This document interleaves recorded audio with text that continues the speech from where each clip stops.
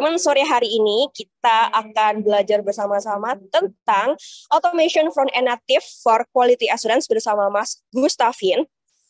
Dengan topik yang akan dibahas seperti latar belakang automation itu seperti apa, kemudian basic automation menggunakan Appium itu seperti apa, dan yang terakhir adalah BDD test dengan Cucumber Gherkin. Wah, apa itu ya teman-teman, penasaran kan ya?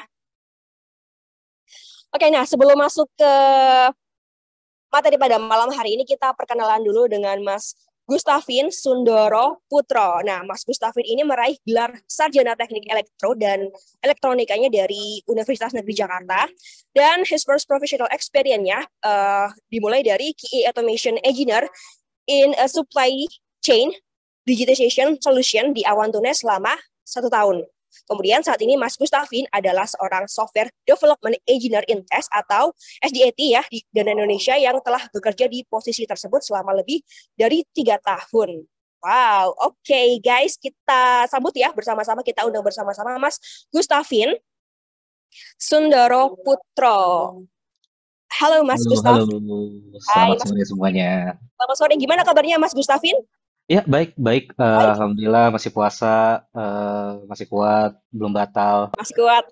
Oke, Mas Gustafin, teman-teman pingin sama-sama belajar nih materi dari Mas Ya, Gustafin sore hari gitu. Oke, Mas Gustafin dan teman-teman selamat mengikuti Alchemy Talks pada sore hari ini. Untuk waktu dan ya. tempat, aku silakan ke Mas Gustafin. Terima kasih. Terima kasih. Oke, jadi kita mulai aja ya. Jadi perkenalkan, nama saya Gustafin Sundoro Putro. Saya hari ini berkesempatan untuk menjadi pembicara dari Dana Indonesia, tepatnya dari tim SDT, Software Developer Engineer in Test, terutama di bagian front end. Yang dimana saya sudah bekerja di Dana kurang lebih 3 tahun. Dan hari ini kita akan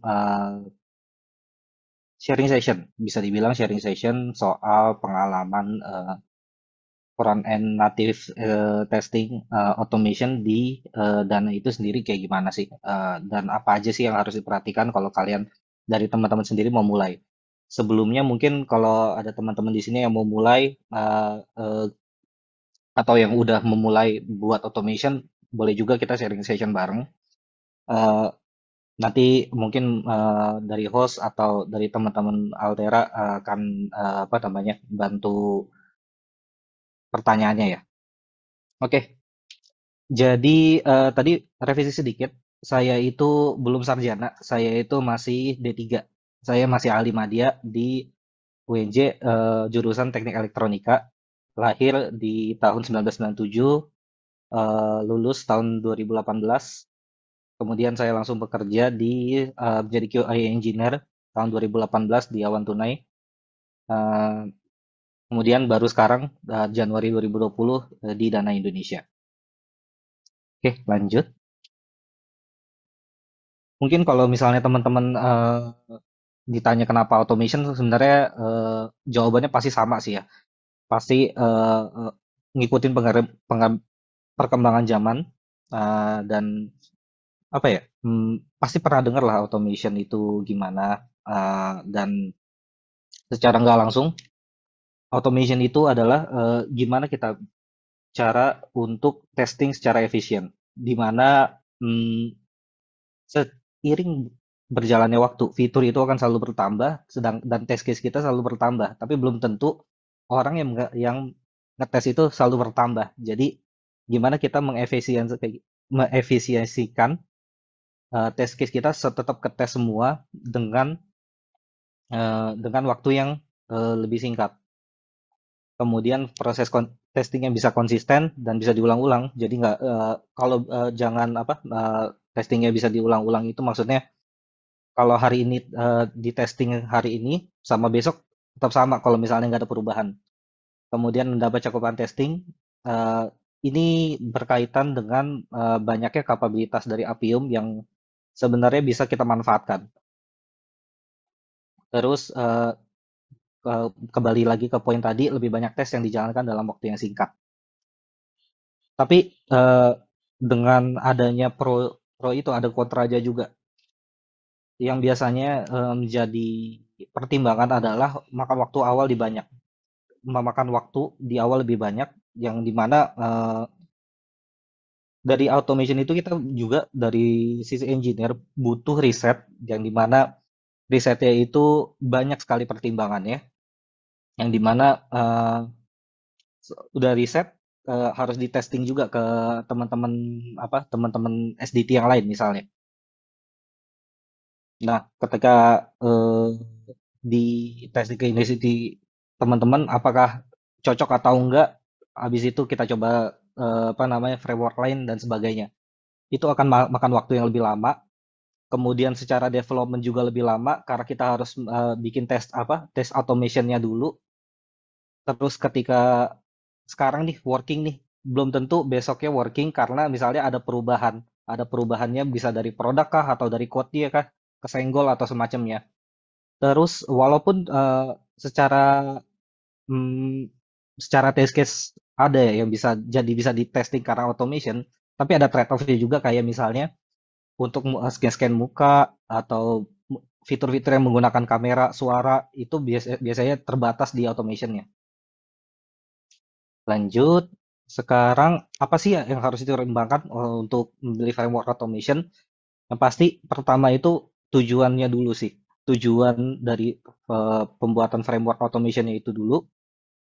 Yang paling umum yang dilakukan adalah biasanya di ranah functional testing untuk user. Jadi ada beberapa framework juga dalam testing di mana dia untuk nge-test security atau performance yang secara nggak langsung akan beda dari hasilnya yang mau ditentukan. Nah, kita pada hari ini lebih ke fokusnya untuk user functional testingnya.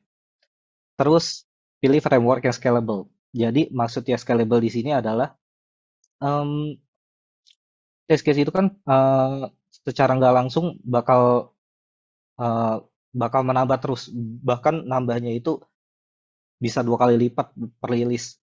Kadang-kadang ketika teman-teman sudah teman-teman yang lain misalnya sudah sudah nyaman dengan dengan frameworknya itu sendiri, dia akan lebih enjoy dalam membuat testing scriptingnya.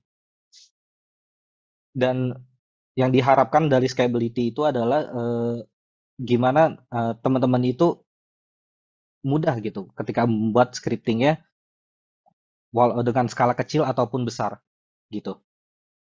Kemudian pilihan yang ketiga yang sering kita lupa adalah bahasa dan framework ya. Jadi secara nggak langsung bahasa dan frameworknya itu sendiri akan berpengaruh besar ketika bahasa dan frameworknya itu kurang dimengerti banyak orang dari tim itu sendiri. Jadi ini yang sebenarnya menjadi patokan lebih besar daripada dari pemilihan framework itu sendiri. Kemudian kelanjutannya adalah kemudahan dalam integrasi. Ini sangat berkaitan dekat sama bahasa yang dilakukan. Biasanya dengan bahasa-bahasa yang umum kayak Java atau JavaScript, eh, untuk package-package yang tersedia itu biasanya lebih mature, lebih banyak yang tersedia dan secara integrasi pun akan lebih mudah. Kemudian performa automation dalam testing itu sendiri.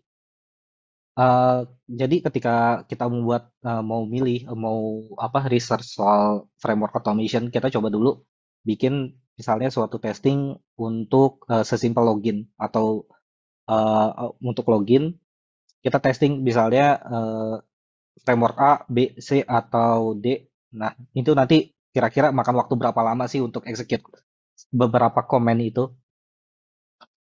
Ke selanjutnya adalah dokumentasi dan super komunitas. Ini juga yang sebenarnya eh, sangat penting juga di mana dokumentasi itu sangatlah penting di mana kalau kita mentok gitu. Pasti ada kalanya ketika kita kita mentok lagi riset ini kok nggak bisa ya? Ada error segala macam, justru dokumentasi dan super komunitas itulah yang akan membantu. Yang terakhir mungkin biaya framework. Walaupun banyak sebenarnya framework di sekarang itu yang open source, tapi ada juga yang bayar. Kalau misalnya mungkin budget kalian di company kalian mampu, mungkin bisa jadi konsiderasi juga. Oke, lanjut.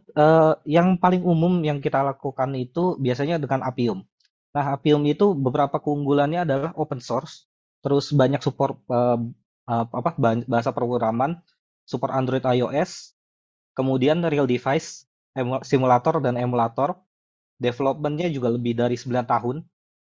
Kemudian framework-nya juga banyak. Jadi selain bahasa programnya banyak kayak Java, JavaScript, Ruby, eh, harusnya Python juga ada. Jadi framework-nya juga banyak. Walaupun Appium itu jadi bisa di-wrap lagi jadi lebih bentuk yang lebih simpel. Dan komunitasnya juga pasti aktif dan luas. Lanjut, ini adalah contoh-contoh Appium capabilities yang yang jadi minimum standarnya. Biasanya adalah kalau di Android ada platform name, misalnya tinggal select Android, terus UDID-nya. Kalau misalnya di simulator atau emulator juga biasanya namanya emulator dash 5554 atau 5555. 5555 ya. Kemudian untuk iOS ini agak lebih ribet. Jadi kalau iOS itu biasanya itu yang jadi lebih concern itu adalah iOS itu signing-nya lebih ribet. Jadi di mana eh, kalau Appium itu kan sebenarnya eh, ngekonekin dari laptop kita dari suatu server ke apa server ke HP kita. Nah, HP kita itu ada aplikasi yang terinstall nanti misalnya namanya Appium itu akan membantu eh, dari laptop kita set of command-nya itu mengirimkan komennya ke device kita. Nah, nanti di iOS itu pasti akan keinstall suatu software namanya kalau kita namanya WebDriver Agent. Dari WebDriver Agent itu dia itu butuh signing. Yang biasanya dari Apple itu ada beberapa cara juga WebDriver signing aplikasinya mereka itu. Nah, itu yang bikin ribet biasanya untuk testing di real device-nya iOS. Tapi kurang lebih sama sebenarnya cara testingnya. Dia itu bisa pakai bundle ID jadi nanti ketika sessionnya itu dibuka langsung bisa membuka apps-nya. Terus ini UDID kalau mau di real device bisa juga. Kalau misalnya ini UDID-nya nggak diisi, dia akan ngebuka simulator. Lanjut, nah ini adalah tampilan-tampilan Appium-nya. Jadi ini halaman mukanya, ini versi yang lama. Jadi kalau versi yang baru dia itu terpisah servernya sama ininya buat selektornya kayak gini. Oke, lanjut. Nah, lanjut lagi ini Cucumber. Cucumber itu dia itu adalah suatu framework yang dimana menggunakan stepnya Gherkin, sintaks Gherkin yang akan mempermudah kodenya dimengerti terutama untuk orang-orang yang non teknikal. Dan beberapa kemudian lainnya adalah open source, kemudian support BDD, support banyak bahasa pemrograman juga. Dari tadi yang saya sebut Gherkin syntax, kemudian secara nggak langsung dokumentasi sekalian menulis tes. Dan komunitas juga aktif yang luas juga. Nah, ini adalah contoh-contoh Gherkin syntax. Jadi ada fitur, skenario outline, example, step, sama background. Kalau fitur itu di istilahnya itu adalah set of skenario. Jadi skenario-nya banyak kok buat konteks textingnya itu apa aja sih di suatu fitur itu. Kemudian skenario itu adalah suatu unit test ya. Apa aja yang mau dites dengan step-step yang ada di dalam skenario itu. Kalau skenario outline itu skenario tapi yang bisa diparameterize. Jadi ada parameternya nanti bisa diisi. Examples itu kumpulan variabelnya dari skenario outline. Step itu adalah apa namanya langkah terkecil dari skenario testing itu. Kalau background itu bisa lebih ke precondition dari skenario-skenarionya yang ada di fitur itu. Nah, step Gherkin juga ada 5. Jadi ada given, when, then, and, sama but. Given itu untuk prekondisi, kondisi awal ya. When itu menjelaskan aksi, then itu menjelaskan ekspektasi dari suatu aksi.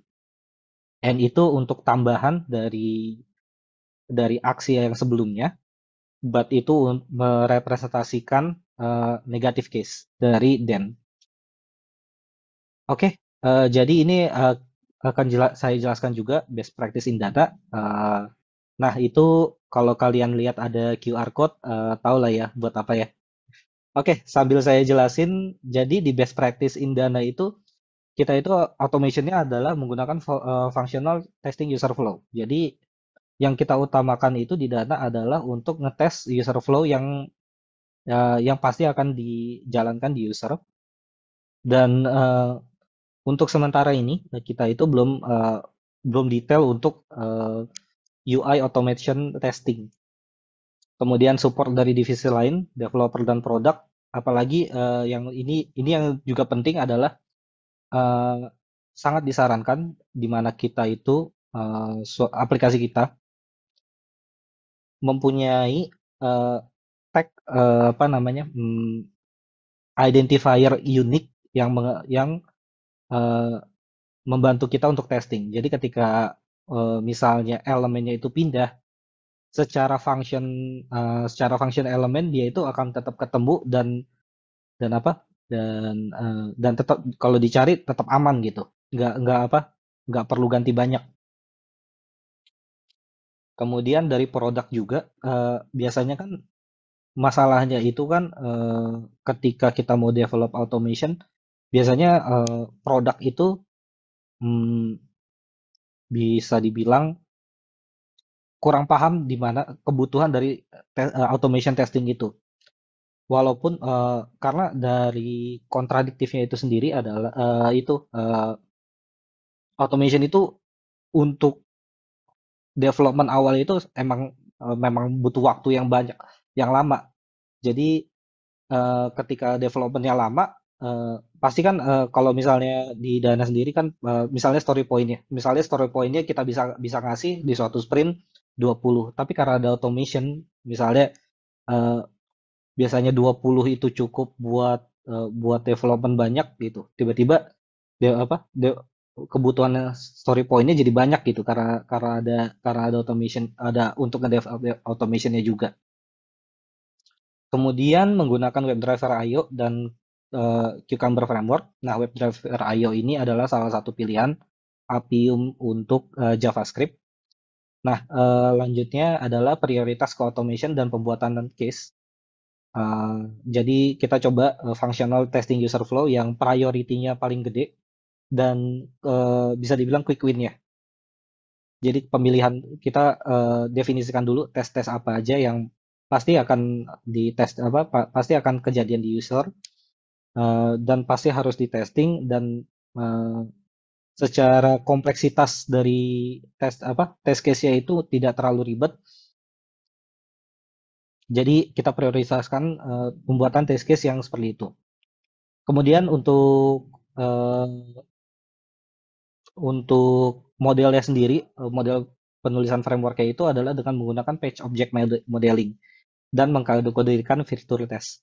Nah, page object modeling ini nanti akan saya jelaskan, nanti ada gambarnya. Dan mengkategorikan virtual test ini yang uh, tujuannya adalah jadi ketika kita ada changes di suatu fitur, kita nggak perlu ribet-ribet lagi mau lihat-lihat test case mana sih yang harus kita ambil untuk ngetes suatu fitur ini gitu. Dan satu lagi untuk tambahan itu adalah in-house device farming. Kita untuk saat ini decide in-house device farming itu adalah jalan yang paling paling masuk akal untuk skala kita, di mana kebanyakan cloud device farming itu adalah device-device-nya itu biasanya US centric. Biasanya adanya device-nya Samsung, iPhone segala macam, tapi nggak ada nih device Oppo, Realme, Vivo, nah yang kayak gitu. Jadi kita decide kalau misalnya ada budget, in-house device farming itu suatu pilihan yang lebih lebih make sense. Cerita sedikit soal WebDriver IO. Jadi WebDriver IO ini support banyak framework juga. Salah satunya adalah Mocha selain Cucumber. terus bisa support Android, iOS, sama browser. Eh, Habis itu mudah instalasinya, jadi tinggal setup package JSON. Kemudian dokumentasinya sangat lengkap, bahkan setiap tahunnya itu dia dia ada rilis major version, konfigurasi yang fleksibel, kemudian support parallel testing juga. Ini adalah sampel structure kita di Dana, kurang lebih kayak gini. Ini saya nggak bisa share banyak-banyak, kurang lebih ini adalah gambaran singkatnya sih. Jadi fitur folder di sini ada fiturnya, misalnya ada ada itu fiturnya file fiturnya sama step definitionnya. Terus di sini ada page object, nanti dikategorikan juga page objectnya. Nah, isinya page objectnya itu adalah nanti ini skenarionya. Nah, tadi yang saya jelaskan ini fiturnya. Jadi misalnya ini login without challenge.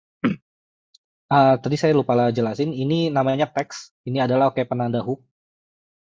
Ini karena kita ada integrasi dengan TestRail juga. Ketika automationnya jalan, dia akan ngupdate ke TestRail resultnya. Ini skenarionya. Nah, jadi skenarionya ini dia itu ngejelasin apa yang dilakuin di step ini. Jadi given preconditionnya di onboarding page, when itu aksinya tap phone number input field on onboarding page, terus I am on phone number input page, input nomornya, input nomornya, terus tap continue, isi pin, verifikasi dulu di page pin, input pinnya, kemudian access permission, tap continue, baru di home. Nah, ini contohnya skenario outline. Jadi ini yang diparameterize adalah skenario detailnya contohnya. Jadi skenario detailnya itu nanti dia ngisi di sini per kolom di sini, nanti dia isi ke sini, ini isi ke sini. Jadi I can input more than 7 digit phone number. Nanti di sininya I input 85151. Nah, beberapa rule yang kita terapin di skenario kita itu sendiri, yang terpenting adalah independent. Jadi nggak ada ketergantungan dari dengan fitur lain, file fitur lain. Kemudian repeatable. Jadi mau running sekali atau 3 kali itu harus resultnya sama. 3 researchable. Jadi kalau misal ini researchable ini maksudnya adalah dari penulisan itu sendiri biar jelas gitu. Kalau misalnya ada step yang gagal misalnya di sini, kita bisa lihat kenapa tab continue-nya nggak bisa. Jadi kita langsung tahu kita harus lihat kemana. 4, represent real user. Ini adalah salah satunya di mana user contohnya akan pasti login ke apps kita gitu. Dan pasti akan ngelewatin step ini untuk login. Jadi nggak dibuat suatu jalan pintas dalam mulai testing itu sendiri. Kemudian robust. Dari robust ini secara stepnya itu sendiri jelas gitu. Ini punya siapa? Contohnya ini dari infrastructure, dan ini stepnya itu reusable. Dan kalau misalnya step yang kita kumpulin udah banyak nih, nanti kita kalau misalnya ada case baru, kita bisa tinggal pakai step definition dari tim lain aja. Kita bikin fitur sendiri untuk ngetestingnya. Lanjut, ini adalah sample step definitionnya. Jadi di Cucumber itu kayak kita nge-define suatu given, I am on onboarding page, segala macam di sini. Terus nanti dia mau aksinya apa. Jadi expect onboarding page is on page equal true gitu. Terus ini nge-tap info phone number, actionnya apa. Terus ini phone number input page, ini dari page objectnya untuk ngecek apakah benar di page itu atau enggak. Ekspektasinya true dan segala macam. Oke, lanjut. Oh iya, ini ini adalah contoh yang tadi yang di parameterize step-nya. Jadi di sini ini nanti bisa bisa diisi dengan skenario outline dan example. Nah, ini argumennya nanti di sini bisa dipasing. Oke, lanjut. Ini sampel page object-nya. Jadi page object itu biasanya kita namain suatu kelas di mana dia itu punya fungsi dan elemennya itu sendiri yang bisa diinteraksi. Jadi sini ada kelasnya, onboarding page. Dia bisa ngapain di sini buat ngecek, buat ngeceknya, terus nge-tab-nya, action-nya di sini. Nah, dari sini dia itu nanti nyambung ke sini buat ngambil selektornya kayak gimana, gitu kurang lebih. Nah, ini contohnya nih, ini buat pengecekan, ini Android, ini iOS. Biasanya karena ada perbedaan di beda platform, beda selektor, bisa dibuat if else kayak gini. Nah, tapi kalau misalnya udah setara nih, udah selaras semua nih, dia itu bentuknya bisa langsung return kayak gini aja buat getternya. Oke, lanjut. Beberapa key takeaway-nya itu yang tadi sudah disebut juga dari dev itu paling membantu itu pasti dari membantu development selector. Nah, development selector ini yang biasanya itu agak ribet karena biasanya developer itu nggak aware dari elemennya itu sendiri harus yang diselect yang mana. Jadi kita harus verify lagi. Taunya misalnya elemen yang di tag itu yang nggak bisa di interact itu kalau misalnya di awal-awal sangat mungkin terjadi. Kemudian dari produk pengertian terhadap automation terutama secara story point itu tadi. Karena dari produk itu pasti taunya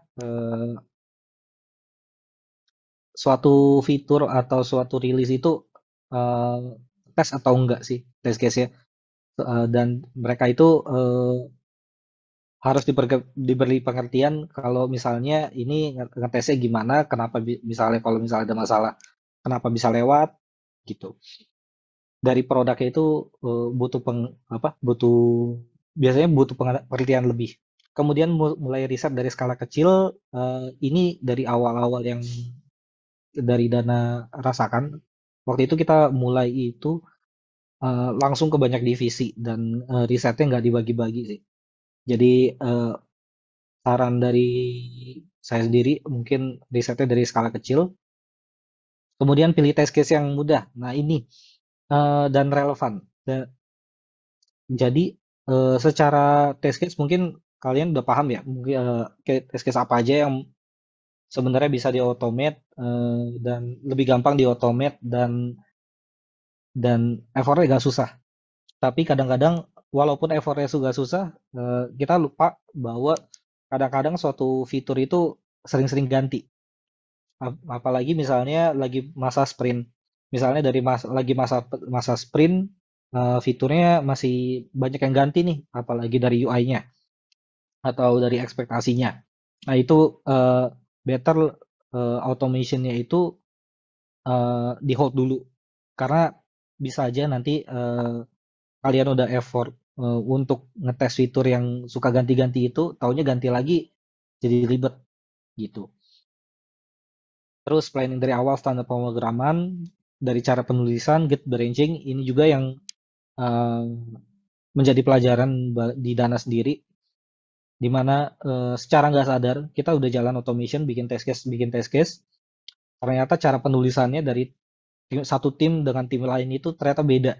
Nah itu yang menjadi challenge juga buat keberesinnya. Secara nggak langsung ketika teman-teman nyobain automationnya ternyata sebulan 3 bulan ternyata tiba-tiba langsung 200 test case harus kita beresin itu yang yang jadi effort gitu di belakangnya. Kemudian planning metric automation testing ini juga yang kadang-kadang suka lupa bahwa automation itu kita harus bisa diukur loh. Diukur itu dalam bentuk KPI-nya. Jadi beberapa yang paling relevan itu jadi efektivitas automation-nya dari total book temuan misalnya dari satu sprint atau dari satu project dari automation itu berapa banyak sih atau berapa persen sih bug yang bisa ditemuin. Kemudian coverage automation dari total test case ini untuk nge-track dia seberapa jauh automation kita dari total test case yang semua yang kita punya. Jadi kita punya planning ke depannya kalau misalnya eh, apakah test case ini contoh di Dana itu sendiri test case itu kita explore lagi apakah emang sebenarnya nggak bisa diautomate, bisa diautomate tapi sangat sulit, atau emang sebenarnya bisa atau bisa tapi sulit atau nggak bisa sama sekali. Itu sih. Terus ada lagi total waktu automationnya dari jumlah tes automation. Ini untuk kita tahu velocity dari automationnya itu sendiri. Jadi misalnya ada suatu test case yang kurang apa kurang secara performa kurang valid atau kenapa nge-stuck di sini itu bisa diketahui kalau kita misalnya punya data-data ini. Dan yang terakhir itu adalah yang paling penting yang suka kita lupa juga dokumentasi. Jadi walaupun frameworknya itu sendiri ada dokumentasinya, tapi kita harus juga bikin dokumentasi kenal apa dari penggunaan web frameworknya itu sendiri eh, menggunainnya kayak gimana. Oke, mungkin itu selanjutnya saya ada eh, live demo dari automation di Dana. Saya buka dulu ya sebentar.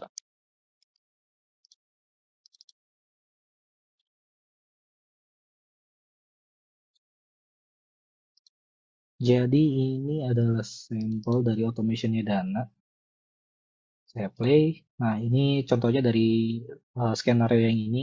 Di sini running. Jadi misalnya ini kondisinya itu belum diinstal package-nya. Kayaknya nggak bisa nih. Eh, Segini aja. Saya sambil jelasin aja ya. Nanti coba saya buka.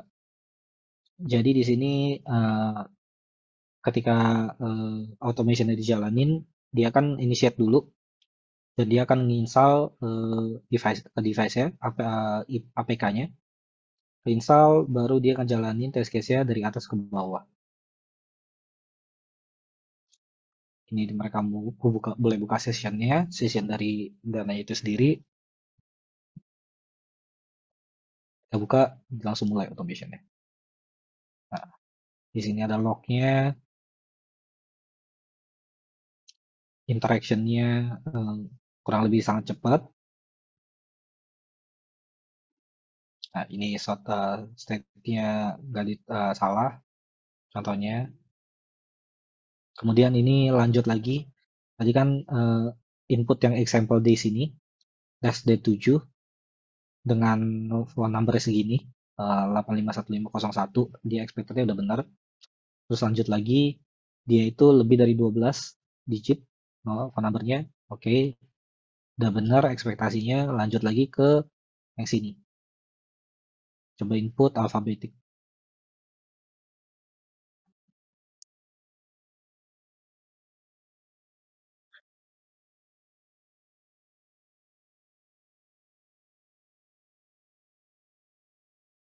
Nah, itu secara text box-nya dia itu nggak bisa nggak bisa muncul. Jadi itu expected. Nah, lanjutnya loginnya.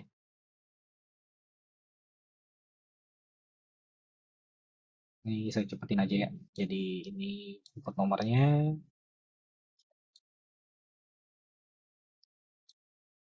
loginnya sukses. Kemudian ngecek di beneran di home atau enggak.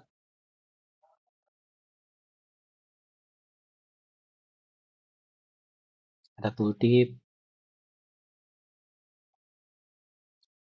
dan udah selesai. Automationnya selesai. Kurang lebih kayak gini. Nanti result. Ini result bawaannya aja sih dari WebDriver IO-nya. Kurang lebih gitu. Kalau misalnya mau diintegrasin lagi dengan reporting yang lebih bagus, itu dari WebDriver IO itu sendiri bisa integrasi sama Aldur yang hmm, yang bisa attach juga foto, video di Aldurnya itu sendiri, Aldur reporting ya. Oke, mungkin segitu dulu dari saya. Terima kasih. Halo Mas Gustafin, sorry. Iya. Oke, baik. Wow. Oke, Nah, sebentar tadi Mas Gustafin. Oke, sudah masuk di sesi tanya jawab ya buat teman-teman yang masih punya pertanyaan seputar materi dari Mas Mustafin tentang automation bisa dilayangkan di Slido dan ini sudah ada beberapa pertanyaan yang kita tampung ya. Wow, banyak ya, ada 17 pertanyaan. Nanti kita kan nggak jawab beberapa nih teman-teman yang relate sama materi pada sore ini gitu. Yang pertama, kita pilih dari like yang terbanyak ya. Oke, Mas Gustafin yang pertama nih, menurut Mas Gustafin sendiri, apakah QA automation lebih banyak digunakan daripada QA manual? ya, oke. Jadi mungkin ini take away-nya juga dari pribadi saya sih. Jadi kita bukan sebagai QA itu bukan harus memilih harus automation atau manual. Tapi gimana caranya manualnya itu dikurangi dengan automation itu sendiri. Jadi automation itu bukan untuk menggantikan manual ya. Karena walaupun nanti ada bug di automation, kita harus akses juga dong. Apa namanya? Bug-nya itu ini valid atau enggak atau sebenarnya emang time out aja. Karena secara nggak langsung karena kita ngetesnya itu natif, kita juga nggak juga ngecek back end. Kalau misalnya koneksi back end-nya misalnya lagi down, itu bakal tes kita juga bakal fail. Jadi bukan kita harus pilih, tapi gimana kita menyimbang apa eh, mengurangi manualnya itu sendiri dengan automation gitu. Baik, semoga bisa menjawab ya dari Anmus. Baik, berikutnya nih Mas Gustafin. Bagaimana contoh Oh iya, penggunaan BAT pada skenario Gherkin? oke. Tadi saya juga lupa show. Jadi BAT Oke. itu adalah contoh dari negatif dari DEN. Jadi ketika DEN itu misalnya I am on hand, misalnya I am on homepage, but itu misalnya I am not on homepage. Sebagai konteks sebenarnya step itu bisa digunakan dimanapun. Jadi walaupun kita state sebagai when misalnya, tapi bisa juga jadi given. Dan begitu juga sebaliknya, then itu bisa jadi and atau but. Jadi bisa apa? Secara secara pengertian given when then-nya itu sebagai apa? Adalah konteks sebagai kita sendiri. Ini konteksnya mau ngapain itu biar kita ngebacanya lebih enak. Tapi secara code sebenarnya itu dia itu salah salah apa function yang sama. Kalau misalnya karakternya sama di dalam stepnya itu sendiri, gitu. Baik, berikutnya. Eh, Kemudian apa challenge terbesar dalam implementasi maintenance automation test? Nah, challenge-nya itu yang sebenarnya saya udah sebut juga karena kita itu waktu di awal-awal itu kita nggak strict gitu dalam dalam implementasi coding standar. Karena walaupun kita nih walaupun eh, kita bikin bikin guideline nih, tapi kita nggak bikin apa nggak strict. Kalau misalnya nggak strict itu mungkin udah sulit. Jadi tiba-tiba nanti di tim A ada implementasinya caranya beda sendiri, tim B caranya beda sendiri. Itu untuk implementasinya. Untuk maintenance-nya itu sendiri yang paling sulit adalah eh, dari stability-nya itu sendiri sih. Jadi biasanya kita itu kan nge-run regression itu kan banyak ya case ya. Mungkin kalau eh, kalau misalnya suatu skenario gagal, kita kadang-kadang suka sulit ngetes ulang untuk skenario spesifik. Jadi misalnya ada skenario A B apa skenario A B C D dalam suatu fitur. Misalnya yang gagal C doang. Ah, itu kalau misalnya yang gagal mau coba running C doang, biasanya kita agak kesulitan sih. Walaupun bisa misalnya di komen aja sisanya. Biasanya tapi kalau mau bikin spesifik kayak gitu biasanya kita agak kesulitan. Baik, semoga bisa menjawab ya dari Revi. Ini Ya. Revita ya. Oke, baik. Terima kasih Mas Gustafin untuk jawabannya. Berikutnya nih, saya bacakan ya Mas Hmm. Gustafin ya. Hmm. Bisa nggak sih Mas Gustafin kita dapat payload data jika kita testing di app UI? Hmm. Kalau di web UI kan bisa tuh. Nah, kalau bisa gimana caranya nih Mas Gustafin? Kalau natif sendiri karena secara sebenarnya ada beberapa cara dan beberapa caranya itu kurang tahu ya cocok atau enggak. Tapi kalau dari UI testing itu biasanya kita bisa nge-proxy dari koneksi HP-nya itu sendiri. Jadi HP-nya itu diproxy ke suatu aplikasi misalnya Proxyman. Dari Proxyman itu nanti dia akan kelihatan request-request ya dari HP itu. Misalnya kalian interaksi di suatu API nanti bisa dicari di Proxyman. Tapi secara gak langsung itu adalah aplikasi tambahan, bukan bukan part dari automation-nya itu sendiri gitu. Walaupun nggak dalam automation tapi yang biasa kita lakukan kayak gitu sih. Nge-proxy apa namanya koneksi dari HP-nya itu sendiri. Oke, baik. Terima kasih. Semoga bisa menjawab ya buat yang pertanyaan tadi. Berikutnya, bagaimana setup project untuk mobile? Oke. Ini apa kita demoin aja langsung atau gimana ya? Boleh kalau misal masih ada waktu kok Mas Mustafin. Oke. Monggo. Baik. Saya bikin gambaran singkatnya aja ya. Lagi di demo ini, teman-teman. Saya stop sharingnya juga. Iya, bentar. Oke, jadi kalau di WebDriver IO itu kita cuma tinggal bikin dari package JSON ini. Misalnya, sebentar ya. Salah.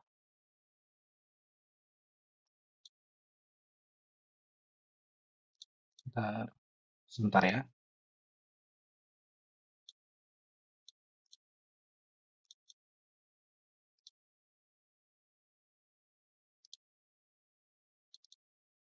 Nah, dari WebDriver IO ini kita bisa langsung setup aja di package JSON ya. Jadi bikin aja namanya kurang lebih package JSON-nya kayak gini. Misalnya author siapa, dependensinya tinggal isi WDIO yang kebanyakan ini. Yang ini terus Cucumber framework, local runner, segala macam. Ini Appium-nya juga di download aja. Ini Chai buat buat verifikasi untuk assertion. Tinggal nanti di terminalnya dependensinya ini tinggal npm install. npm install nanti dia ngedownload sendiri, dimasuk ke node modus di sini. Nah, ini langsung bisa dipakai sih. Setupnya jadi kurang lebih kayak gini aja. Terus nanti untuk ngejalanin tesnya ini WDIO-nya, bin dari WDIO-nya itu sendiri, terus ini config-nya di output. Jadi di sini ada output dari config-nya itu sendiri. Nah, di sini setup config-config-nya nih. Ini config Appium-nya nih. Jadi instansi satu platformnya Android, pakai UI Automator, ini app-nya, UDID, package, activity. Ini untuk permissionnya kalau misalnya body auto grant, ini bisa di reset atau enggak, bisa full reset juga. Terus recreate Chrome driver station ini biasanya untuk testing native app ya, native app yang dalamnya ada kontainer H5. Terus di sini ada log level segala macam. Ini service-nya, Appium-nya, mau di port berapa, bisa di setup di sini semua. Cucumber, terus di sini steps-nya didefinisiin di mana. Nah, ini juga bisa ada hook-nya. Jadi before-nya itu mau ngapain dulu, terus di after step-nya mau ngapain.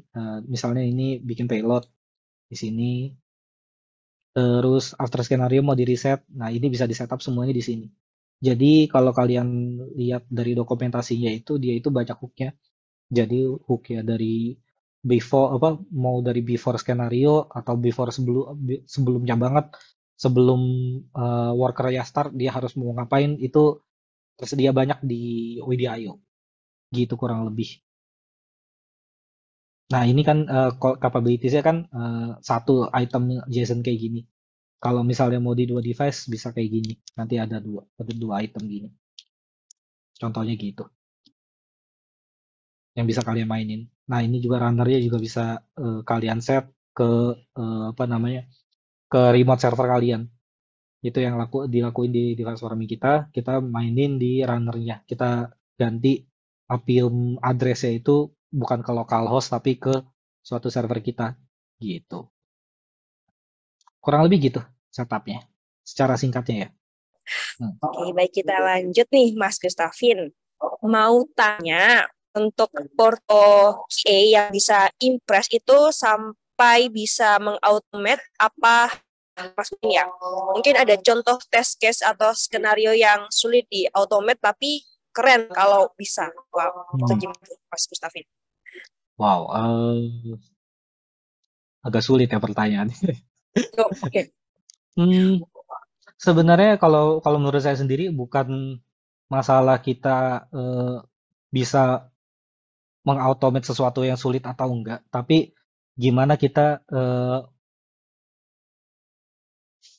memanfaatkan apa yang bisa kita automate aja. Menurut saya sih itu ya. Dimana kita punya 200 test case, misalnya kalau misalnya ada 120 test case yang bisa di-automate dan itu eh, sangat membantu untuk mengurangi bug di production, kenapa enggak? Justru itu sih yang menurut saya yang bikin yang jadi patokan yang bisa mengimpress orang itu adalah stability-nya itu sendiri dari suatu aplikasinya. Stability mungkin kalau misalnya agak ekstra mungkin bisa di performance ya. Menurut saya sih itu. Bukan dari case-nya itu sendiri. Oke, thank you tipsnya Mas Gustafin. Bisa diimplementasikan nih teman-teman. Oke. Oke, berikutnya Ah, perbedaan role QA dan SDA itu hmm. apa nih Mas Gustafin? Eh, sebenarnya secara nggak langsung kurang lebih sama, tapi biasanya QA itu di mana dia itu biasanya bikin dari testingnya itu sendiri aja, dari bikin test case segala macam. SDT itu ada tambahan yaitu eh, secara nggak langsung dia itu akan seperti DevOps atau sysadmin. Jadi ngurusin integrasi. Jadi kalau misalnya kalian automationnya untuk mau di scale lagi nih, kalau scale-nya itu kan pasti kan mau kemana apapun itu ya CI/CD. Nah CI/CD itu yang biasanya yang ngerjain yang namanya role-nya itu SDT. Tapi secara kalau di Dana ya SDT sama SDET itu eh, biasanya cuma merepresentasikan QA untuk front end aja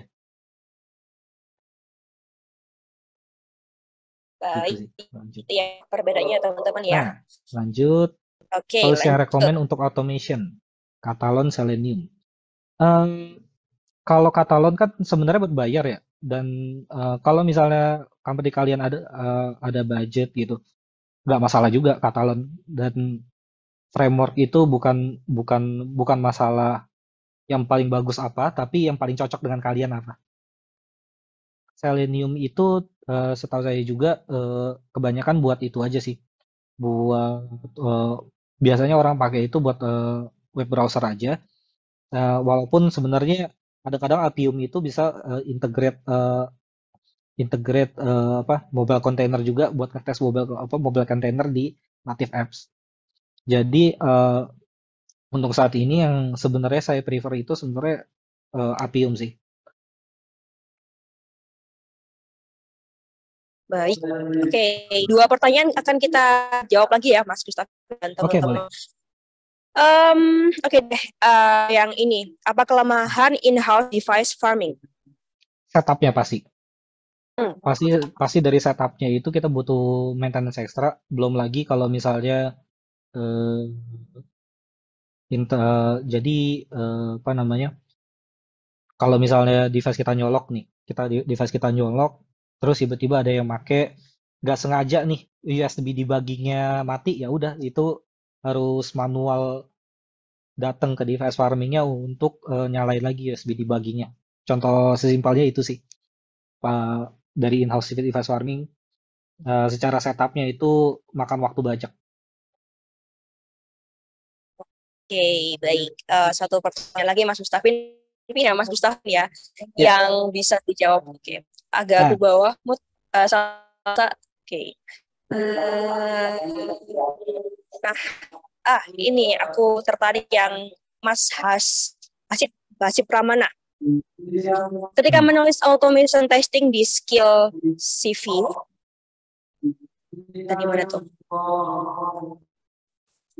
Mas Tadi kamu Hasib di tadi checklist ya? Salsa. Oh, hilang.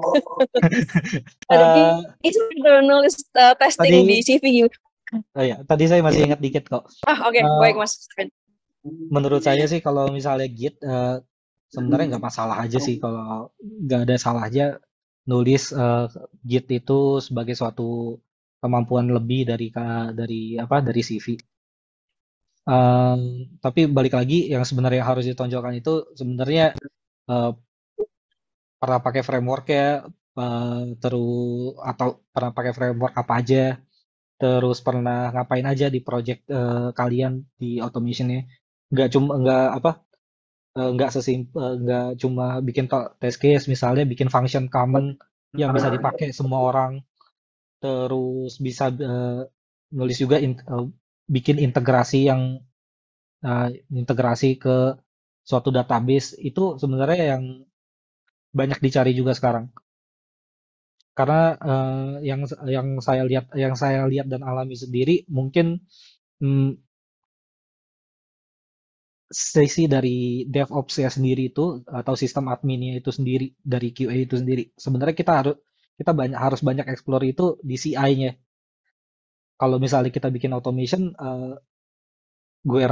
saya rasa sendiri mungkin banyak kita yang bisa, tapi belum banyak yang bisa integrasiin CI/CD-nya itu sendiri.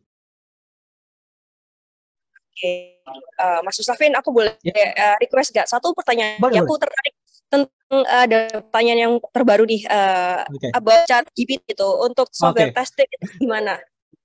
Hmm, untuk ChatGPT sendiri, sementara ini saya lagi explore juga gimana kita bisa coba ChatGPT buat automation testing. Tapi yang sebenarnya eh, kita mau coba itu sebenarnya dari dana sendiri itu kita lebih tertarik gimana kita ngebuat suatu requirement dari produk menjadi suatu test case. Bukan sesimpel kita ada fitur ini nanti dibuatin sama ChatGPT-nya, mungkin itu masih sulit ya dilakukan di ChatGPT, tapi yang kita kepikiran adalah gimana caranya kita membuat requirement dari produk itu sendiri menjadi skenario yang bisa dijalani di fitur kita. Jadi nanti kita tinggal cocok-cocokin aja functionnya, gitu sih. Oke, wow, menarik ya, teman ya. Iya, Oke, kalau gitu. Baik, Mas Gustafin, terima kasih banyak ya atas waktu dan materi yang udah di-share ke teman-teman. Semoga bisa sama-sama. bermanfaat buat teman-teman. So guys, terima kasih atas waktunya juga. Sudah di jam 5 sore, pasti teman-teman yang lagi puasa nungguin buka puasa ya, gitu ya. Kalau gitu, oke, pesan akhir pertanyaannya Mas Gustafin untuk teman-teman semua yang hadir pada sore hari ini. Eh, Pertama-tama terima kasih dulu sih mau dengar sharing session hari ini. Mungkin maaf juga kalau misalnya agak nervous dan karena ini juga pertama kali saya Guys, keren loh saya Mas sharing session kayak Gustafin. gini. Apalagi tadi saya lihat 60 orang, sekitar 60 orang Banyak banget. itu sebenarnya gugup banget sih. Terima kasih aja Oh, yang mau gak kelihatan Mas dengerin. Gustafin. Gugupnya Mas Gustafin gimana? 60 orang sedang menyimak Mas Gustafin sharing Iya. gitu ya. Mungkin kalau Oke. ada pertanyaan lebih, mungkin kita bisa kontak-kontakan lagi ya di luar ini. Mungkin di LinkedIn mungkin yang Boleh, paling boleh, dekat. boleh. Oke, buat tadi pertanyaan-pertanyaan yang belum dijawab sama Mas Gustafin, boleh Hmm. dihilangkan by LinkedIn ya teman-teman, connect Gustafin di LinkedIn. Iya. Oke, Alter Academy juga mengucapkan terima kasih untuk Dana Indonesia yang sudah berkolaborasi ya. Jadi, insya Allah next kita akan bertemu lagi di Alchemy Talks by Alter Academy. Itu, Mas Gustafi, teman-teman semua, dan tim Alter Academy yang sedang bertugas, pamit undur diri. Sampai jumpa di Alchemy Talks berikutnya. Sawitri pamit undur diri. Assalamualaikum warahmatullahi wabarakatuh. Bye, teman-teman. Terima kasih. Terima kasih. Selamat berbuka puasa 1 jam lagi.